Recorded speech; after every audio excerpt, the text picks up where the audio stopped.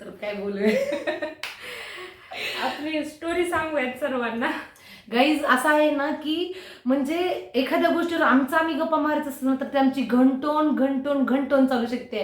पण असं ठरवून काही बोलायचं म्हणलं तर तरी पण आम्ही असं काही ठरवून स्क्रिप्ट वगैरे लिहून आणि त्याच्यावर असंच बोलायचे तसंच बोलायचं असं काही नाही आहे. आम्ही जस्ट तुम्हाला सांगणार आहेत आमची फ्रेंडशिपची स्टोरी. म्हणजे एक असा फेज होता की म्हणजे ज्या वाईट फेजमध्ये आम्हाला सगळं काही चांगलं झालं आणि आमचं काय काय झालं, आम्ही कुठून काय सुरुवात केली, परत आम्ही ब्लॉगिंगमध्ये कसं कसं आलो, काय काय नाही, हे असं तुम्हाला सांगायचं आहे.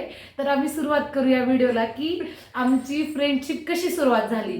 तर काय झालं होतं की माझ्या घरात गिरणी होती अगोदर, तर आम्ही गिरणी दळत होते. जेव्हा सुरुवातीला मनीषा आली होती, मनीषा माझ्या घरी वर किरायला राहते, तर तेव्हा मनीषानं मला म्हणली होती की इथं वर रूम आहे का. मग मला म्हणजे तेव्हा असं नव्हतंच वाटलं की तेव्हा आपण बोललेले एखादा शब्द की फ्रेंडशिप एवढी जास्त घट्ट होऊ शकते. आणि पहिल्यांदा कळत नाही ना की म्हणजे काय असतं काय नाही वगैरे. तर आज सहज रूम पाहिजे होती म्हणून आम्ही आलो होतो. पण नंतर मग ह्यांनी सांगितलं की बाबा इथे आहे, मग आलो. पण आल्यानंतर पण मी जॉब करत असल्यामुळे म्हणजे मी सकाळी जाते संध्याकाळी येते, तर मला कुणाला भेटायला किंवा बोलायला पण वेळ भेटत नाही. पण नंतर तुम्हाला तर माहिती आहे 2019 मध्ये लॉकडाऊन झालं, कोरोनाचा काळ आला, खूप वाईट गोष्टी घडल्या, चांगल्या गोष्टी घडल्या, त्या प्रत्येकासोबतच घडलेल्या आहेत. तसं आमच्यासोबत पण घडल्या. आणि त्या काळामध्ये ज्यावेळेस आता गावाकडे जायचं म्हणजे सगळं बंद होतं आणि भीती वाटायची, तर झालं नाही. मग आम्ही इथेच राहिलो होतो. त्यामुळे मग काय झालं, तर आता दिवसभर काय करणार हा सगळ्यात मोठा प्रश्न होता. नाही, आपण तेव्हा काय केलं होतं, मी आणि बबलीनं साडी घातलं होतं तेव्हा आपली हा, पहिल्यांदा ओळख बरोबर. झाली. आता म्हणजे मी बरोबर. आणि माझी एक दुसरी मैत्रीण होती, तर हम्म. तिनं पण घराजवळ राहत होती. आता तिचं लग्न झालेलं आहे, तर तिनं होती आणि आम्ही दोघांनी साडी घातलं होतं असं जस्ट फोन मध्ये. आता काय करावं बसल्या बसल्या, आणि तिच्या मम्मीनं म्हणली होती की जरा पाहुणे वगैरे बघायला येणार तर साडी घालायची, तिला फोटो काढायचे म्हणून. तर आम्ही वर गेलो होतो फोटो काढण्यासाठी. तेव्हा माझी आणि माझ्या त्या फ्रेंडची फोटो काढायची होती. मग मनीषा एका आमच्या दुसऱ्या किरायदारासोबत वर होती आणि त्यांनी दोघं गप्पा मारत होते. का तुम्ही नंतर आलो होतो आम्ही गेल्यावर का काय तेवढं आता लक्षात नाहीये. मग वर होते त्यांनी पण आणि आम्ही पण वर गेलो होतो फोटो काढायला. मग तेव्हा मनीषाला मी म्हणलं होते की आमच्या दोघांची जरा फोटो काढ. मग तिथून आम्ही थोडंसं बोलायला लागलो. मग नंतर एकदा असंच ना आईनंच ओळख करून दिली आपल्या दोघांची. माझ्या आईनं ओळख करून दिली होती की तुम्ही दोघं म्हणजे आपल्या इथं वरच राहते. कारण की ना माझी तीवाली मैत्रीण मग तिच्या गावाकडे गेली, मग मी एकटी राहायला लागले. आणि तेव्हा असं नव्हतं की माझ्याकडे असं खूप भारी मोबाईल आहे आणि मोबाईलवरच काय काय बघत राहावं, तेवढं मोबाईलचं नव्हतं. म्हणजे आता आम्ही जेवढं मोबाईल यूज करतो तेवढं नाही वापरत होतो आम्ही, काहीच नाही. आणि मग आम्हाला काय करावं. मग मला आईनं म्हणली की वर पण मनीषा म्हणून राहते, मग तू तिला बोल कर. मग आमची ओळख करून दिली आईनं. मग तिथून आम्ही आमची फ्रेंडशिपची सुरुवात कशी झाली मनीषा सांगेल पहाटेच्या वॉकिंग पासून. कारण मग आम्ही रोज भेटायला लागलो, बोलायला लागलो, मग काही गोष्टी शेअर करायला लागलो, तर म्हणजे आवडायला लागलं. आणि ज्यावेळेस एक विचार मॅच होतात त्यावेळेस माणसाची जवळीकता पण म्हणजे वाढत जाते. आणि तसं आमच्या सोबत पण झालं. आणि आम्ही लॉकडाऊनमध्ये काय करायचो, मग सकाळी लवकर उठायचो, 6-7 वाजता उठायचो आणि 5:30 जात होतो आपण वॉकिंग. काय कामच नव्हतं. मग काय करायचं, उठायचं लवकर आणि मग गार्डन, आमच्या घरा शेजारी गार्डन आहे, मग तिथे असायचं कुलूप, तिथे कोण जाऊ द्यायचं नाही. पण मग आम्ही वरून उड्या टाकून असे आमचे करून जात होतो. 3-4 ड्रेस तर आमचे फाटलेत वरून. एक साडी पण फाटल्या फोटोची साडी सुद्धा माझी फाटली होती. पण मग आम्ही असं उड्या टाकून जायचो, मग तिथे वॉकिंग करायचो, वेगवेगळे व्यायाम करायचो. तर असं आम्ही रुटीन चालू ठेवलं होतं ना, 3-4 तास द्यायचे. तर आम्ही एवढे बारीक आणि एवढे फिट आणि एवढे छान झालो होतो ना, तुम्हाला ना आम्ही शेवटच्या क्लिपला वगैरे फोटो टाकूया आपण. तुम्ही आम्हाला ओळखणार बी नाही, तर आम्ही एवढे रोड झालो होतो. म्हणजे समजा मनीषा तरी पण आता मीडियम आहे, मी तर जास्त जाड झाले. माझा तर तुम्ही फोटो ओळखणार नाही, तुम्हाला वाटेल दुसरंच कोणतरी आहे. पण तीनच आहे. मग असं आमचं रुटीन व्हायचं. मग आम्ही सकाळी मग नंतर पुन्हा जेवण करायचो, मग घरी यायचो, आंघोळ करायचो, मग बाकीचं पुन्हा आणि आम्ही भेटायचो, मग लुडो खेळायचो.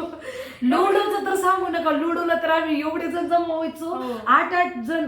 आणि लुडो जर आम्ही खेळलेला आहे म्हणजे प्रत्येक जणच कनेक्ट करू शकते आम्हाला. खूप लुडोचं चाललेलं आहे. आम्ही जास्त काय करायचो माहिती आहे का, खरं सांगतो आम्हाला तेव्हा ना हे आम्हाला आता रिग्रेट होते त्या गोष्टीचं की आपल्याला व्हिडिओचं आणि इन्स्टाचं तेव्हा कळालं नाही आम्हाला. आम्ही तेव्हा काय करायचो माहिती आहे का, प्रकार प्रकारचे ड्रेसिंग, प्रकार प्रकारचे ज्वेलरी, प्रकार प्रकारचं काहीतरी वेगळंच मेकअप बी करत नव्हतं तेव्हा. ॲज इट इज फक्त लिपस्टिक आणि फक्त ना वेगवेगळे ड्रेस घालायला काय समाधान भेटत होते की, आणि एवढ्या प्रकार प्रकारचे फोटोशूट. आणि आम्ही दोघी ज्या वेळेसही फोटोशूट करायचं तर लोक आम्हाला खूप बघायचे की बाबा हे कोरोना चालू आहे, लोक घरात आहेत आणि ह्या दोघी बघा मस्त तयार व्हायल्यात आणि फोटो काढायला लागल्यात. आणि पण आम्ही निग्लेक्ट, चला आम्ही अजूनही निग्लेक्ट करतो कारण की आमच्या एरियामध्ये ना असं व्हिडिओ वगैरे बघायला आवडतं पण कोणी बनवत नाही. अजून सुद्धा आम्ही जर गार्डन मध्ये आता शूटला वगैरे गेलो तर लोक आम्हाला असंच बोलतात, म्हणजे अरे बघा ह्यांनी कसं शूट करायला लागलेत, काय करायला. पण कसं एकाला दोघी होतं ना, आम्ही दोघं तर ना म्हणजे आम्हाला जर एखाद्या वेळेस कोणी काही म्हणलं तर आम्ही एकमेकांना टाळी देऊन अक्षरशः हसत होतो की काय म्हणायला त्यांनी. कारण की हे हसणारे लोक मॅटर करत नाहीत, हे असंच हसत राहतात आणि आपण सक्सेस होत राहतात. आता आम्ही सुरुवात केलेली आहे, तुमच्या सपोर्टनं लवकरात लवकरच आम्हाला म्हणजे छान छान फॉलोअर्स वाढत जातील आणि आमचं छान छान प्रगती होत जाईल, सगळं होत जाईल. मग आमची मैत्री जास्त म्हणजे खूप आमच्या सिमिलर गोष्टी होत्या. म्हणजे मनीषाला फोटो काढायला आवडायचं, मला फोटो काढायला आवडायचं, परत तिला जेवायला ते आवडायचं मला. आम्ही एवढं छान ना वर गच्चीवर जायचं, अंगत पंगत करायचं, वेगवेगळे कार्यक्रम आम्ही सेलिब्रेशन करायचे. आणि असं करत करत जवळजवळ 5 वर्ष आमच्या मैत्रीला पूर्ण झालेली आहे. हो 5, किती छान ना.